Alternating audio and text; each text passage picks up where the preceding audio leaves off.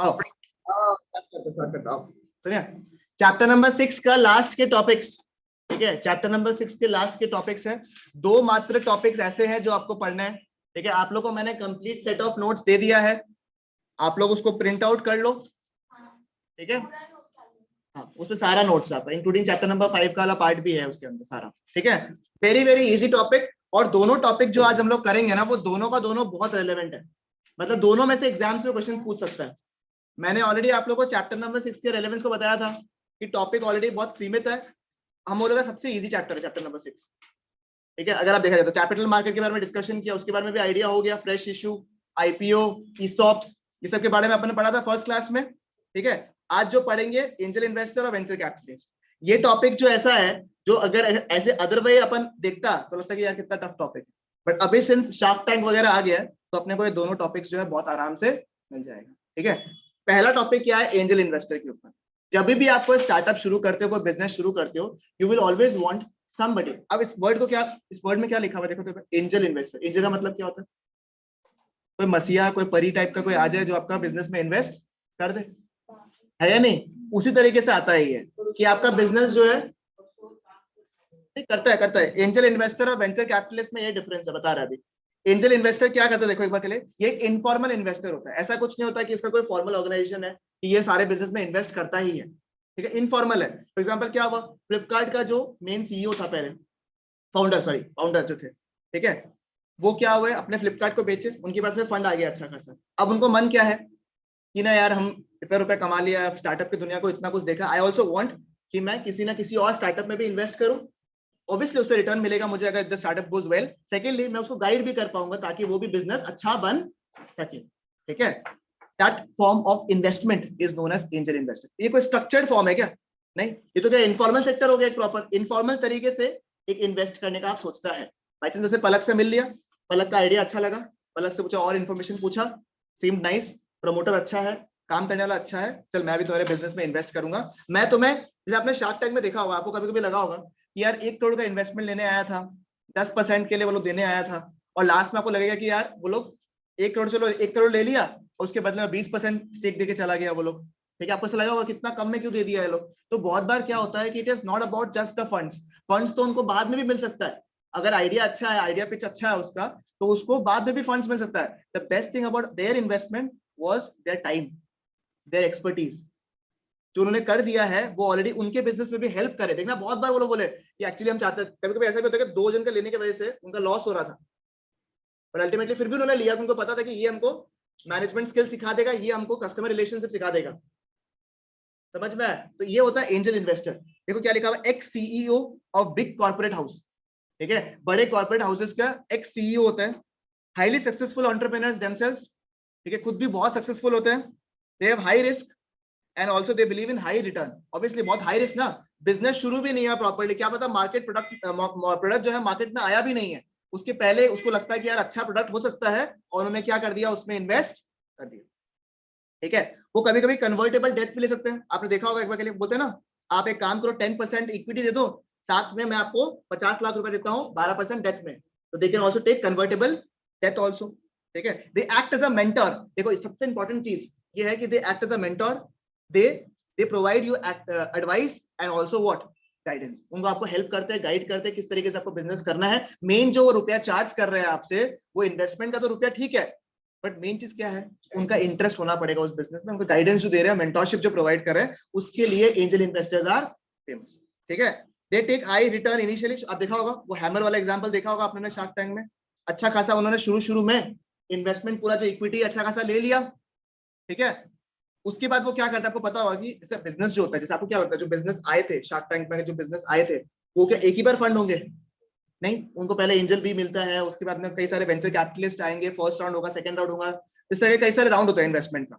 अब अगर 2 प्रोमोटर्स है, एक प्रोमोटर है 51% वाला, और जो सेकंड इन्वेस्टर जो एंजल इन्वेस्टर है उसके पास में अगर 49% है, इफ दे हैव 49%, ठीक है, तो अगर मैं प्रमोटर हूं, मैं फाउंडर हूं, अगर मैंने और शेयर्स अपना डाइल्यूट कर दिया, तो technically I am no longer I don't no longer control the organization, because for controlling the organization I at least need what, 51%। उस वक्त अगर कोई इन्वेस्टमेंट के लिए आता है तो एंजल इन्वेस्टर क्या करेगा, कभी कभी वो अपना स्टेक जो है वो भी कभी कभी बेच देता है, ताकि ओनर जिसका फाउंडिंग मेंबर था, जिसने शुरू किया, जिसका बिजनेस का विजन था, उसका शेयर होल्डिंग कुछ हद तक कम ना।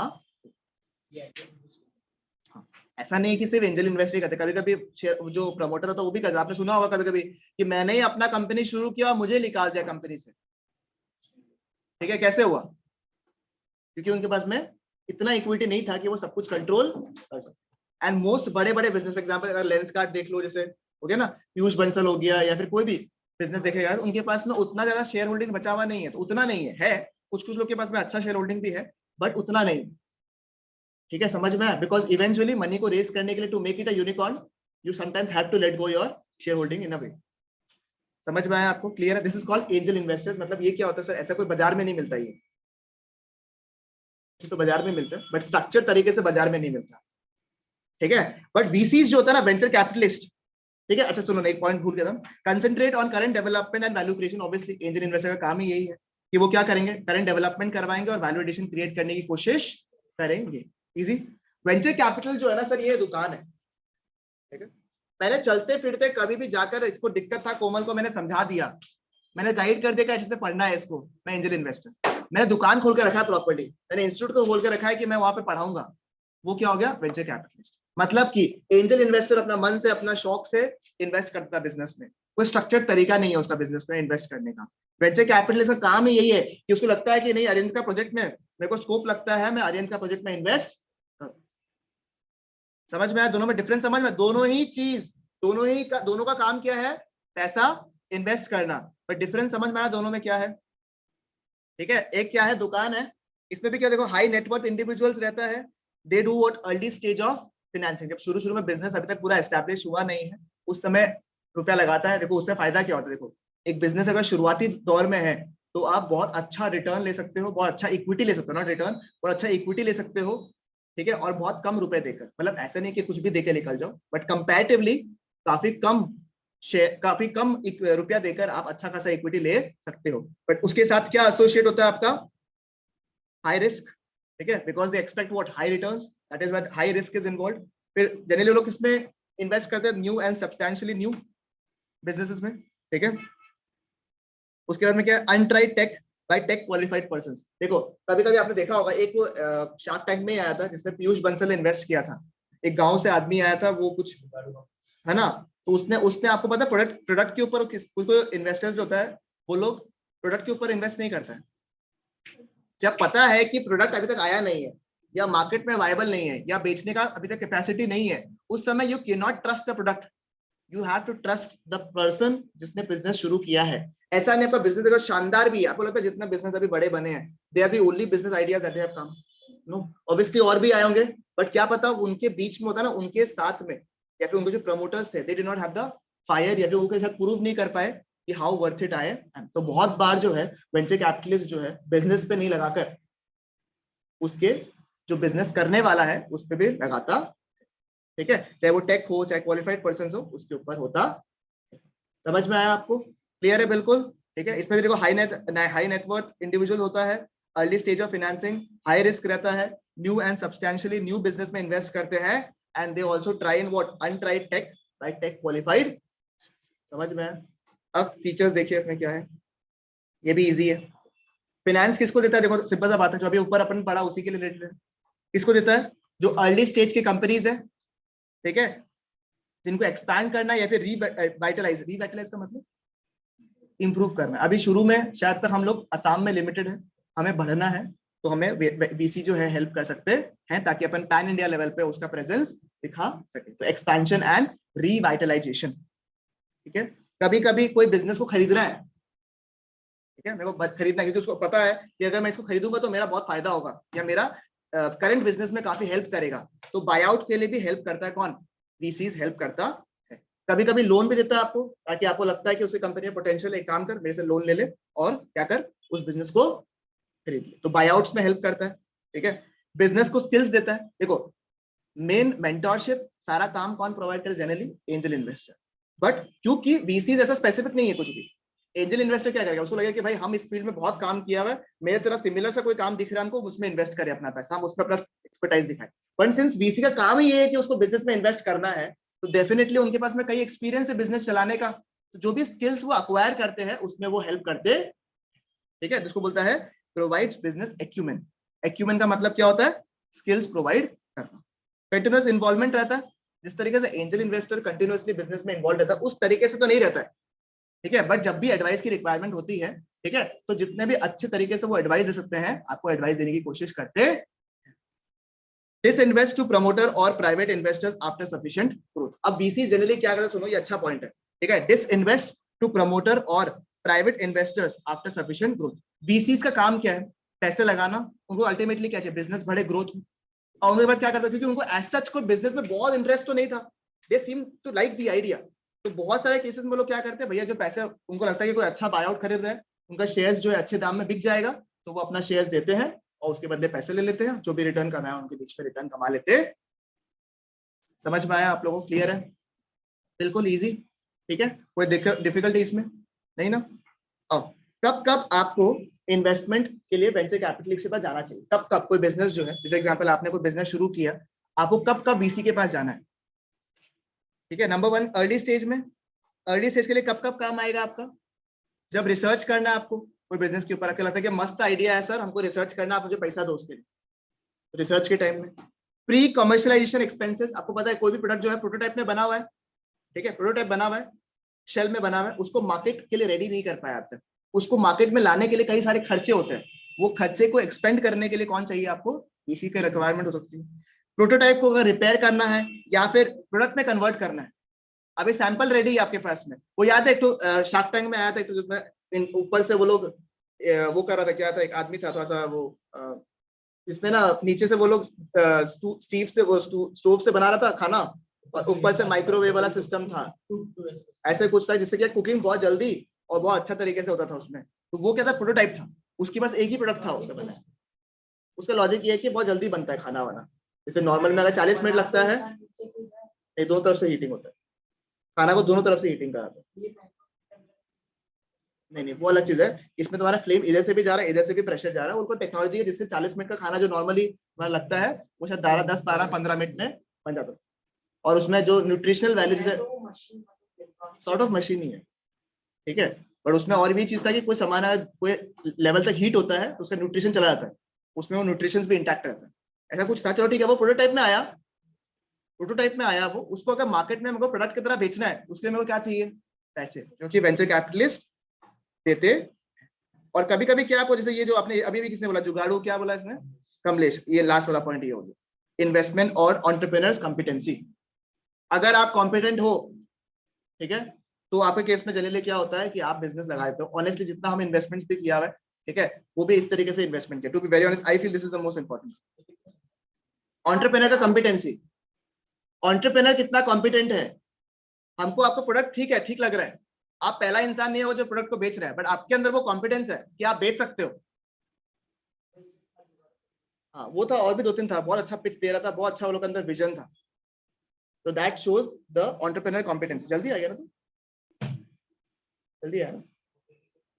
5 तुम ग्रुप में ऐड नहीं हो गया अभी तक? बैठो बैठो, बस वो दिक्कत नहीं, ग्रुप में ऐड नहीं हो गया अभी तक? ठीक है, नहीं फिर भी उसमें ग्रुप में एक बार ऐड करा लेता ना अपने को, तो इन्फॉर्मेशन मिला, कुछ स्कूल से नहीं आया थे बच्चे लोग। ठीक है, नेक्स्ट नेक्स्ट स्टेज क्या है आपका? Startup stage. देखो स्टार्टअप स्टेज में जनरली क्या होता है आपका, देखो ठीक है, स्टार्टअप स्टेज में जनरली क्या होता है कि अगर बिजनेस प्लान है आपका, ठीक है, अब पहले वाला स्टेज में क्या हो रहा है, अभी तक आपका प्रोडक्ट जो है मार्केट में आया नहीं है, इस वाले स्टेज में क्या पता आप एक बेसिक लेवल पे प्रोडक्ट को लेके आ चुके हैं, तो वीसी क्या बोलेगा, सुनो तुम्हारा बिजनेस शुरू हो गया ना, मेरे को उस बिजनेस में पार्ट लेना है, पूरा प्लानिंग में बैठना है, जो बोर्ड ऑफ डायरेक्टर्स होगा उसको सीट में बैठना है मेरे को, ताकि मैं मेजर डिसीजंस ले सकूं, ठीक है। अब जो प्रोडक्ट है उसको टेस्ट करेगा, आप फिजिबिलिटी देखिएगा उसका, ताकि वो प्रॉपर्ली उसमें बिक सकेगा या नहीं, और उसके हिसाब से मार्केट में क्या करेगा, वो इन्वेस्ट करेगा ताकि मार्केट को स्केलेबल कर सके। समझ में आया आपको? ठीक है, आपने फर्स्ट राउंड सेकंड राउंड सुना होगा ना, तो ये सेकंड राउंड वाला बिजनेस है। इसमें क्या होता है generally, product being sold, VC test the ability to fight the competition. देखो सीधा सा बात है, हैमर भी है, बोट भी है, दोनों सेम टाइप का बिजनेस है, सिमिलर सा बिजनेस है। बोट बहुत बड़ा है, हैमर को बिजनेस में आगे बढ़ने के लिए क्या करना पड़ेगा, उसको वीसी हेल्प करेगा, क्योंकि उसको पता है कि अभी के लेवल पे तो अनफेयर है ना, वो काफी बड़ा बिजनेस है और ये भी थोड़ा सा छोटा लेवल पे बिजनेस है, तो वीसी अगर हेल्प कर देगा तो अल्टीमेटली क्या होगा, कंपटीशन फेयर हो जाएगा। समझ में आया? It helps to test the ability to fight what, the competition. समझ में आया आपको? And last but not the least, this is the last important one which is bridge pre startup. ठीक है, ये इंपॉर्टेंट है, देखो एग्जाम के लिए। हाँ, लास्ट टॉपिक। ठीक है, उसके बाद के टॉपिक्स जो है फाइनेंशियल इंस्टीट्यूशन वाला एक बार चेक कर लेना प्लीज। नहीं आ रहा वो वाला पार्ट, तो ये वाला पार्ट हम हटा दे आप लोग का, श्योर ना? लास्ट वाला हटा दे, ठीक है ना? डन है ना ये वाला? आओ, ब्रिज प्री स्टार्टअप। सुनो, ब्रिज का मतलब क्या करता है? ब्रिज जनरली क्या करता है? पॉइंट ए को पॉइंट बी से कनेक्ट करता है ब्रिज, है ना? पॉइंट ए से पॉइंट बी को कनेक्ट करता है। अब मेरे पास एकदम मस्त धांसू का स्टार्टअप आइडिया है, हमको पता है उसके अंदर बहुत पोटेंशियल है, ठीक है, हमको पता है बहुत पोटेंशियल है। अब हमको पोटेंशियल के लिए पैसे चाहिए, मैं पैसों के लिए लोन लेने गया, ठीक है। अब जब लोन लूंगा तो ऐसे तो है नहीं कि बिजनेस अभी एग्जिस्टिंग में है, ठीक है, मेरे पास फैक्ट्स एंड फिगर्स सब कुछ है, बट डू यू फील कि आज मैं लोन लेने गया, आज ही मुझे लोन मिल जाएगा? पहला बात तो मुझे अमाउंट भी अच्छा खासा चाहिए, दूसरा बात कई सारे फॉर्मेलिटीज होते हैं, तीसरा बात सिंस पूरा बिजनेस मार्केटेबल नहीं है अभी तक, पूरा मार्केट में आया नहीं है अच्छी तरीके से, तो क्या पता तो हिचकिचाहट हो, थोड़ा और डॉक्यूमेंटेशन कुछ मांगेगा, उसके चक्कर में कुछ समय तक बिजनेस में पैसे जो है नहीं आए, ठीक है। बट प्रॉब्लम क्या है, अगर उस समय तक जब तक मैं लोन ले लूंगा तब तक मैं मार्केट में ये बोलूंगा क्या, हाँ अभी हम लोग लोन अप्लाई करने के लिए गए हुए हैं, ठीक है, जैसे ही मिलता है हम लोग बिजनेस शुरू कर देगा, ऐसे बोलेगा क्या? नहीं ना, एक गैप क्रिएट हो गया ना, उस गैप को फिल कर सकता है कौन बीच में? वीसी आकर। वीसी कौन हो गया? Venture capitalist. वो क्या करेगा, भैया तुम सुनो, तुम बिजनेस जब तक शुरू नहीं हुआ तुम्हारा, जब तक तुमको लोन नहीं मिलता तब तक हम तुमको सपोर्ट करता है बिजनेस करने, समझ में? इसलिए इसको बोलता है ब्रिज प्री स्टार्टअप। स्टार्टअप को शुरू करने से पहले प्री लेवल पे ब्रिज कर, गैप जो था ना तुम्हारा उसको फुलफिल कर दिया कौन? वीसी। देखो क्या लिखा हुआ है, कौन सा कौन सा, ये इसको सेकंड वाला को बोलते हैं, ठीक है। फाइनेंस ब्रिज प्री स्टार्टअप जो है तुम्हारा, वो जनरली क्या करेगा, सीधा सा बात है, देखो अगर तुम इतना केपेबल है कि तुम लोन ले सकता है किसी और से, अगर तुम इतना केपेबल हो गए कि तुमको कॉन्फिडेंस है कि भैया हमको बैंक तो लोन देगा ही देगा, तो अल्टीमेटली क्या उसको वेंचर कैपिटलिस्ट का रिक्वायरमेंट कब हो रहा है? बस लास्ट में चाहिए उसको, ताकि मोटा मोटी क्या कर सके, वो आराम से लोन ले सके। समझ में? देखो क्या लिखा है, एंटरप्रेन्योर ने फॉर्मल इंस्टीट्यूशन में लोन अप्लाई कर ली है, but it takes time to receive the liquid fund, the gap is filled by the venture capitalist until the loan is what, received, ठीक है। Finance to provide until the loan is received, ये वाला part आपका लिख दिया, मैंने properly जो statement आएगा एग्जाम के लिए आपका, ठीक है। It is a finance that they be providing until the loan has been received। कभी कभी आपका मर्जर्स एंड एक्विजिशंस करना है, किसी का बिजनेस में करना है, आपको कोई बिजनेस को एक्वायर करना है, आपका बिजनेस चल रहा है अच्छे से, आपको मर्जर्स एंड एक्विजिशंस करना है, तो भी कभी कभी वीसी आके आपको हेल्प करता है ताकि आपका बिजनेस ओवरऑल डेवलप हो सके। एंड ऑब्वियसली लास्ट फाइनल है, तो आपको कंपटीशन फाइट करने के लिए हेल्प तो करेगा ही करेगा। समझ में आया? इस चैप्टर का बेस्ट चीज क्या है, ठीक है, अगर आप लास्ट चैप्टर को देखो एक बार के लिए, 4 and 6 they have no rocket science in general, to be very honest। 3 I accept कि उसमें बहुत कुछ चीज है, टॉपिक पढ़ने लायक है, कंफ्यूज होने वाली चीजें हैं, तो जैसे अपन याद है टर्म 1 में पढ़ा था, उस पे यूनिट नंबर 1 चैप्टर नंबर 1 ऐसा था, इसमें बहुत कुछ चीज था। चैप्टर नंबर 2 अपना स्मूथ था, और लास्ट चैप्टर तो अपने लिए एकदम ब्रह्मास्त्र चैप्टर था, ठीक है। सिमिलर तरीके से 3 को टाइम लगेगा आप लोगों को, हल्का हल्का करते रहना उसको, नहीं तो आप भूल जाओगे 3, हम श्योर बता रहे हैं आपको, ठीक है। 4 and 6 को अपना ग्रिप में ले आओ प्रॉपर्ली, क्योंकि 4 and 6 में क्या है, टॉपिक डिफाइंड है, फ्रेंचाइजिंग है, मर्जर्स एंड एक्विजिशंस है, इसमें क्या है, कैपिटल मार्केट है, एंजल इन्वेस्टर्स है, वेंचर कैपिटलिस्ट है, काम खत्म, ठीक है। तो इन चैप्टर्स को कर दो स्ट्रॉन्ग, खत्म कर दो एक बार के लिए, अभी करा देगा, तो एक टॉपिक और करवाना उसके बाद हम करा, ठीक है। समझ में आया आपको? क्लियर है? बिल्कुल, ये करना है आप लोगों को। अभी अगर एकदम तरीका से प्लान तरीके से जा रहे हो आप लोग टीपी में, मैं तो पहले बोलूंगा आपको कि 4 और 6 खत्म कर लो, ठीक है। 3 हो गया तो बहुत ही बढ़िया बात, आप लोगों को टाइम भी मिल गया था अच्छा खासा टेस्ट के चक्कर में, ठीक है। टेस्ट तो अपन लेंगे ही, ठीक है। मैं बोल रहा हूँ आप लोगों को पहले 4 and 6 खत्म कर लो, इन केस अगर आपका 3 प्रॉपर्ली हुआ नहीं है या एक बार रीडिंग हुआ है तो, क्योंकि 3 में आपको टाइम लगेगा और आपको मल्टीपल टाइम पढ़ना पड़ेगा उसका, you can not be frustrated in that chapter. Chapter number 5 जो है उसमें कुछ कुछ टॉपिक्स है जो अपना बच गया था, ठीक है, वो टॉपिक में से कुछ टॉपिक्स अपन डिस्कस कर लेते हैं आज, ठीक है। No practical topic is left in general for chapter number 5। EOQ हो चुका है एक बार के लिए, उसका बैकअप भी मैंने शायद भेज दिया आप लोगों को, बट अभी जो टॉपिक बचा हुआ है वो करेंगे, ठीक है? वो सिखा देगा।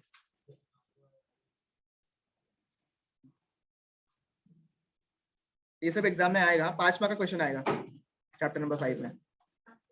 प्रैक्टिकल्स ईओक्यू चाहे कुछ भी हो 5 मार्क का आएगा वो। Basis arithmetic is 5 marks. तो हम इसलिए ना इसे चैप्टर नंबर 5 में बहुत ज्यादा एकदम मतलब होता है ना, जैसे लास्ट टाइम बहुत फोकस किया था, वो नहीं कर रहा है, कि हमको पता है कि इतना भी मार्क्स नहीं आ रहा, टॉपिक बहुत है, ठीक है? ईओक्यू है, आरओई आरओआई है, इन्वेंट्री कंट्रोल है, वर्किंग कैपिटल है।